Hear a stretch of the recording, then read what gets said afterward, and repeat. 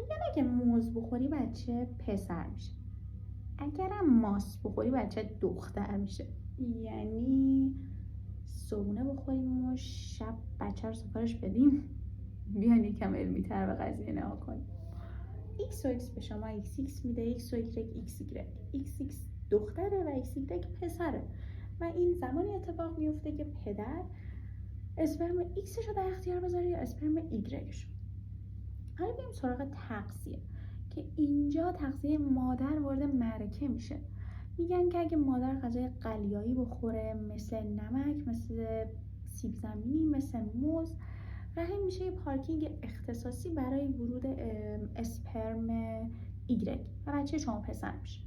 اگه مادر غذاهای اسیدی بخوره مثل لبنیات، مثل سبزیجات، رحم میشه یه باشگاه اختصاصی برای ورود اسپرم ایکس و بچه شما دختر میشه.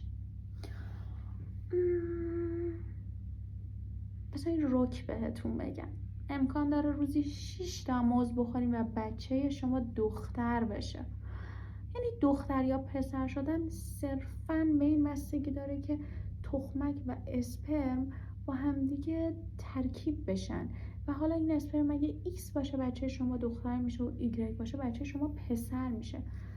فقط و فقط شاید این تغذیه بتونه محیط رحم رو برای پذیرش یکی از این اسپرما آماده تر کنه که باز هم هیچ جنبه علمی و هیچ اثبات علمی نشده این داستان.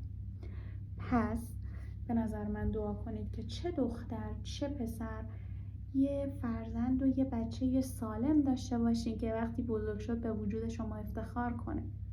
مرسی که ویدیوی من نگاه کردین. اگه دوستش داشتین لایک و سابسکرایب کنین.